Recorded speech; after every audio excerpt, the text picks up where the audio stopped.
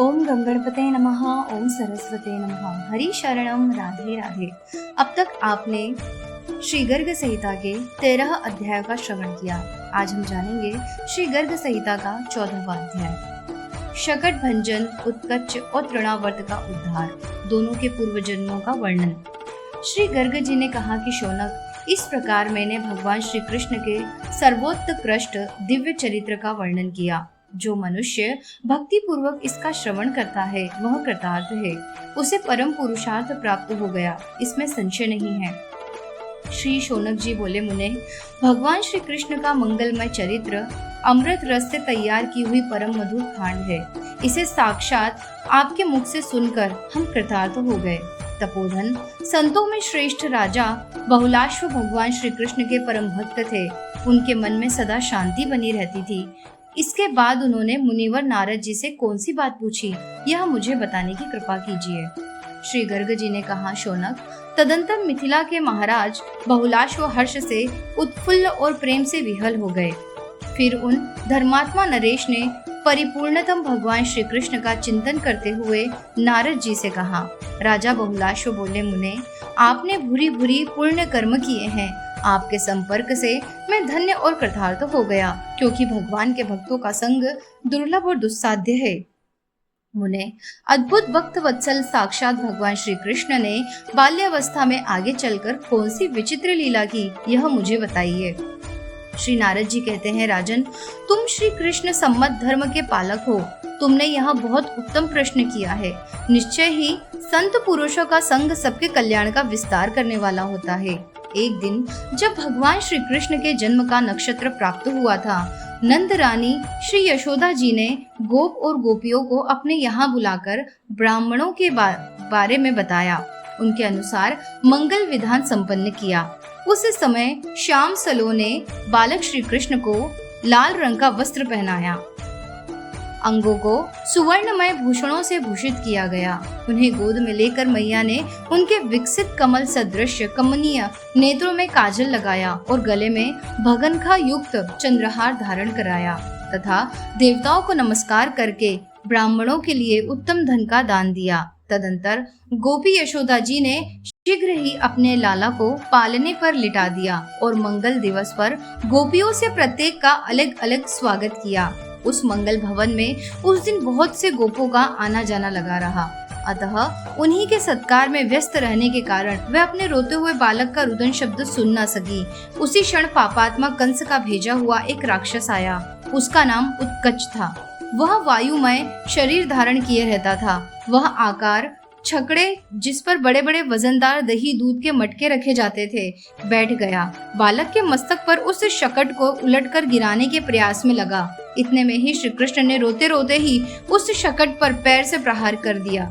फिर तो वहाँ बड़ा छकड़ा टूट कर हो गया। दैत्य मरकर नीचे आ गिरा। ऐसी स्थिति में वह वायुमय शरीर छोड़कर निर्मल दिव्य देह से संपन्न हो गया और भगवान श्री कृष्ण को प्रणाम करके 100 घोड़ों से जुते हुए दिव्य विमान पर बैठकर भगवान के निज धाम गोलोक को चला गया। उस समय ब्रजवासी नंद आदि गोप तथा गोपियां सब के सब एक साथ वहां आ गए और बालकों से पूछने लगे, ब्रज कुमारो, यह शकट अपने आप ही गिर पड़ा या किसी ने इसे गिराया है? कैसे इसकी यह दशा हुई है? तुम जानते हो तो बताओ। बालकों ने कहा, पालने पर सोया हुआ यह बालक दूध पीने के लिए रोते रोते ही पैर फेंक रहा था। वही पैर छकड़े से टकराया, इसी से यह छकड़ा उलट गया। ब्रज बालकों की इस बात पर गोप और गोपियों को विश्वास नहीं हुआ। वे सभी आश्चर्य मग्न होकर सोचने लगी, कहाँ तो 3 महीने का यहाँ छोटा सा बालक और कहाँ इतने विशाल बोझ वाला यहाँ छकड़ा। यशोदा को यहाँ शंका हो गई कि बच्चे को कोई बाल ग्रह लग गया है। अतः उन्होंने बालक को गोद में लेकर ब्राह्मणों द्वारा विधि पूर्वक ग्रह यज्ञ करवाया। उसमें उन्होंने ब्राह्मणों को धन आदि से पूर्णतया तृप्त कर दिया। श्री बहुलाश्व ने पूछा, महामुने, उस उत्कच नाम के राक्षस ने पूर्व जन्म में कौन सा पुण्य कर्म किया था जिसके फल स्वरूप भगवान श्री कृष्ण के चरण का स्पर्श पाकर वह तत्काल मोक्ष का भागी हो गया? श्री नारद जी ने कहा, मिथिलेश्वर, यह उत्कच पूर्व जन्म में हिरण्याक्ष का पुत्र था। एक दिन वह लोमश जी के आश्रम पर गया और वहां उसने आश्रम के वृक्षों को चूर्ण कर दिया। स्थूल देह से युक्त महाबली उत्कच को खड़ा देख ब्राह्मण ऋषि ने रोष युक्त होकर उसे श्राप दे दिया। दुर्मते, तू देह रहित हो जा। उसी कर्म के परिपाक से उसका वह शरीर सर्प शरीर से केंचुल की भांति छूटकर गिर पड़ा। यह देख वह महान दानव मुनि के चरणों में गिर पड़ा और बोला। उत्कच ने कहा, मुने, आप कृपा के सागर हैं, मेरे ऊपर अनुग्रह कीजिए। भगवान, मैंने आपके प्रभाव को नहीं जाना, आप मेरी देह मुझे दे दीजिए। श्री नारद जी कहते हैं, राजन, तदंतर वे मुनि लोमश प्रसन्न हो गए, जिन्होंने विधाता की 100 नीतियां देखी हैं, अर्थात जिनके सामने 100 ब्रह्मा बीत चुके हैं। ऐसे संतों का रोष भी वरदायक होता है, फिर उनका वरदान मोक्षप्रद हो, इसके लिए तो कहना ही क्या है। लोमश जी बोले, चाक्षुष, मनवंतर तक तो तेरा शरीर वायुमय रहेगा, इसके भीतर जाने पर विवस्वत मनवंतर आएगा। उसी समय में 28वें द्वापर के अंत में भगवान श्री कृष्ण के चरणों का स्पर्श होने से तेरी मुक्ति होगी। श्री नारद जी कहते हैं, राजन, उक्त वरद शाप के कारण लोमश जी के प्रताप से दानव उत्कच की भी भगवान के परम धाम का अधिकारी हो गया। जो वर और शाप देने में पूर्ण स्वतंत्र हैं, उन श्रेष्ठ संतों के लिए मेरा नमस्कार है। राजन, एक दिन नंद रानी यशोदा जी के गोद में बालक श्री कृष्ण खेल रहे थे और नंद रानी उन्हें लाड़ लड़ा रही थी। थोड़ी ही देर में बालक पर्वत के समान भारी प्रतीत होने लगा। वे उसे गोद में उठाए रखने में असमर्थ हो गई और मन ही मन सोचने लगी, अहो, इस बालक में पहाड़ सा भारीपन कहाँ से आ गया। फिर उन्होंने बाल गोपाल को भूमि पर रख दिया, किंतु यह रहस्य किसी को बतलाया नहीं। उसी समय कंस का भेजा हुआ महाबली दैत्य तृणावर्त वहां आकर आंगन में खेलते हुए सुंदर बालक को श्री कृष्ण को बवंडर रूप से उठा ले गया। तब गोकुल में ऐसी धूल उठी जिसके कारण अंधेरा छा गया और भयंकर शब्द होने लगा। 2 घड़ी तक सबकी आंखों में धूल भरी रही। उस समय यशोदा जी नंद मंदिर के आंगन में अपने लाला को ना देखकर घबरा सी गई। रोती हुई महल के शिखरों की ओर देखने लगी। वे बड़े भयंकर दिखते थे। जब कहीं भी अपना लाला नहीं दिखाई दिया तो वे मूर्छित होकर पृथ्वी पर गिर पड़ी और होश में आने पर उच्च स्वर से इस प्रकार करुण विलाप करने लगी, मानो बछड़े के मर जाने पर गोक्रंदन करती हो। प्रेम और स्नेह से व्याकुल हुई गोपियां भी रो रही थी।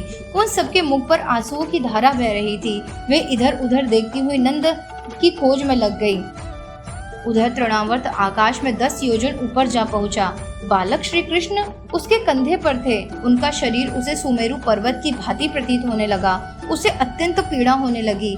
तब वह दानव श्री कृष्ण को वहां नीचे पटकने की चेष्टा में लग गया। यह जानकर परिपूर्णतम भगवान ने स्वयं उसका गला पकड़ लिया।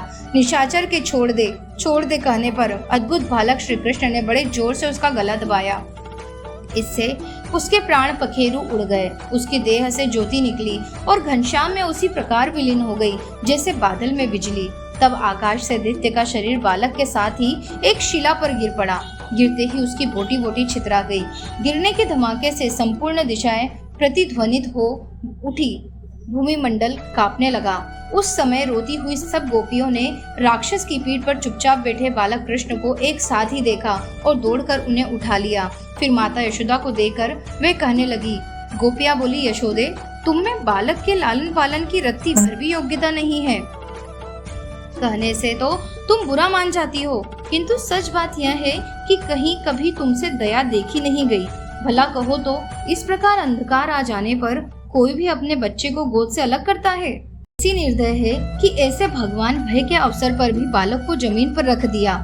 यशोदा जी ने कहा, बहनों, समझ में नहीं आता कि उस समय मेरा लाला क्यों गिरिराज के सामने भारी लगने लगा।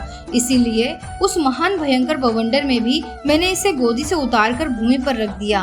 गोपियां कहने लगी, यशोदा जी, रहने दो, झूठ ना बोलो। कल्याणी, तुम्हारे दिल में जरा भी दया माया नहीं है। यह दूधमुआ बच्चा तो फूल और रुई के समान हल्का है।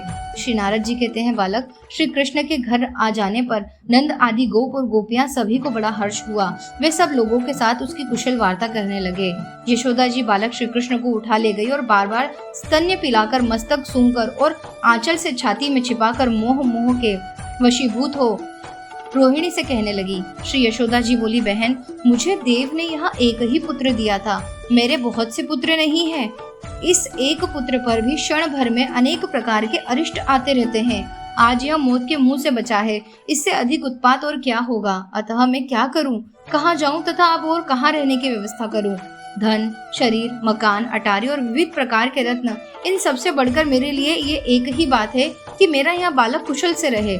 यदि मेरा यह बच्चा अरिष्टों पर विजयी हो जाए तो मैं भगवान श्री हरि की पूजा, दान एवं यज्ञ करूंगी, तड़ाग, वापी आदि का निर्माण करूंगी, सैकड़ों मंदिर बनवा दूंगी। प्रिय रोहिणी, जैसे अंधे के लिए लाठी ही सहारा है, उसी प्रकार मेरा सारा सुख इस बालक से ही है। अतः बहन, अब मैं अपने लाला को उस स्थान पर लेके जाऊंगी जहाँ कोई भय ना हो। श्री नारद जी कहते हैं, राजन, उसी समय नंद मंदिर में बहुत से विद्वान ब्राह्मण पधारे और उत्तम आसन पर बैठे। नंद और यशोदा जी ने उन सबका विधिवत पूजन किया। महाभाग, ब्राह्मण बोले, व्रजपति नंद जी तथा व्रजेश्वरी यशोदे, तुम चिंता मत करो, हम इस बालक की कवच आदि से रक्षा करेंगे, जिससे यहाँ दीर्घजीवी हो जाए। श्री नारद जी कहते हैं, राजन, उन श्रेष्ठ ब्राह्मणों ने कुशाग्रो, नूतन, पल्लवों, पवित्र कलशों, शुद्ध जल तथा रक, यजु एवं सामवेद के स्त्रोतों और उत्तम स्वस्ति वाचन आदि के द्वारा विधि विधान से यज्ञ करवाकर अग्नि की पूजा कराई। तब उन्होंने बालक श्री कृष्ण की विधिवत रक्षा की। रक्षार्थ निम्नांकित कवच पढ़ा। ब्राह्मणों ने कहा, भगवान दामोदर तुम्हारे चरणों की रक्षा करे, विष्टरश्वा घुटनों की, श्री विष्णु जांघों की और स्वयं परिपूर्णतम भगवान श्री कृष्ण तुम्हारी नाभि की रक्षा करे। भगवान राधा वल्लभ तुम्हारे कटिभाग की तथा पिताम्बरधारी तुम्हारे उदर की रक्षा करें। भगवान पद्मनाभ हृदय की, गोवर्धनधारी बाहों की, मथुराधीश्वर मुख की एवं द्वारकानाथ सिर की रक्षा करें। असुरों का संहार करने वाले भगवान पीठ की रक्षा करें और साक्षात भगवान गोविंद सब ओर से तुम्हारी रक्षा करें। 3 श्लोकों वाले इस स्तोत्र का जो मनुष्य निरंतर पाठ करेगा उसे परम सुख की प्राप्ति होगी और उसे कहीं भी भय का सामना नहीं करना पड़ेगा। श्री नारद जी कहते हैं, तदंतर नंद जी ने उस ब्राह्मणों को 1 लाख गाय, 10 लाख स्वर्ण मुद्राएं, 1000 नूतन एवं रत्न, 1 लाख बढ़िया वस्त्र दिए। उन श्रेष्ठ ब्राह्मणों के चले जाने पर नंद ने गोपों को बुला बुला कर भोजन कराया और मनोहर वस्त्राभूषणों से उन सबका सत्कार किया। श्री बहुलाश्व ने पूछा, मुने, यह तृणावर्त पहले जन्म में कौन सा पुण्य कर्मा मनुष्य था जो साक्षात परिपूर्णतम भगवान श्री कृष्ण में लीन हो गया? श्री नारद जी बोले, राजन, पांडु देश में शस्त्राक्ष नाम से विख्यात एक राजा थे। उनकी कीर्ति सर्वत्र व्याप्त थी। भगवान विष्णु में उनकी अपार श्रद्धा थी। वे धर्म में रुचि रखते थे। यज्ञ और दान में उनकी बड़ी लग्न थी। एक दिन वे रेवा यानी कि नर्मदा नदी के दिव्य तट पर गए। लताएं और बेद उस तट की शोभा बढ़ा रहे थे। वहां सहस्त्रों स्त्रियों के साथ आनंद का अनुभव करते हुए वे विचरने लगे। उसी समय स्वयं दुर्वासा मुनि ने वहां पदार्पण किया। राजा ने उनकी वंदना नहीं की। तब मुनि ने शाप दे दिया, दुर्बुद्धे, तू राक्षस हो जा। फिर तो राजा सहस्त्राक्ष दुर्वासा जी के चरणों में पड़ गए। तब मुनि ने उन्हें वर दिया, राजन, भगवान श्री कृष्ण के विग्रह का स्पर्श होने से तुम्हारी मुक्ति हो जाएगी। श्री नारद जी कहते हैं, राजन, वे ही राजा सहस्त्राक्ष दुर्वासा जी के श्राप से भूमंडल पर तृणावर्त नामक दैत्य हुए थे। भगवान श्री कृष्ण के दिव्य श्री विग्रह का स्पर्श होने से उनको सर्वोत्तम मोक्ष यानी कि गोलोक धाम की प्राप्ति हो गई थी। आशा करती हूँ कि आपको इस वीडियो में दी गई जानकारी पसंद आई होगी। ऐसे ही और भी आने वाली कथाओं को सुनने के लिए सब्सक्राइब करें हमारा चैनल अध्यात्म पर्व। वीडियो अगर पसंद आ रहा है तो इसे लाइक और शेयर जरूर करें। राधे राधे।